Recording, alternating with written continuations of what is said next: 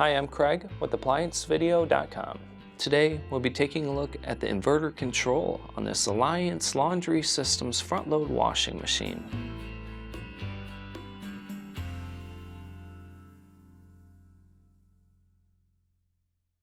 Stop. Before beginning any repair, always be sure to disconnect the power to the appliance. It is also recommended to test the outlet for the proper voltage. Remember to also turn off the water. There are many reasons why you'd be replacing your inverter control. The main reason would be is if your motor will not run.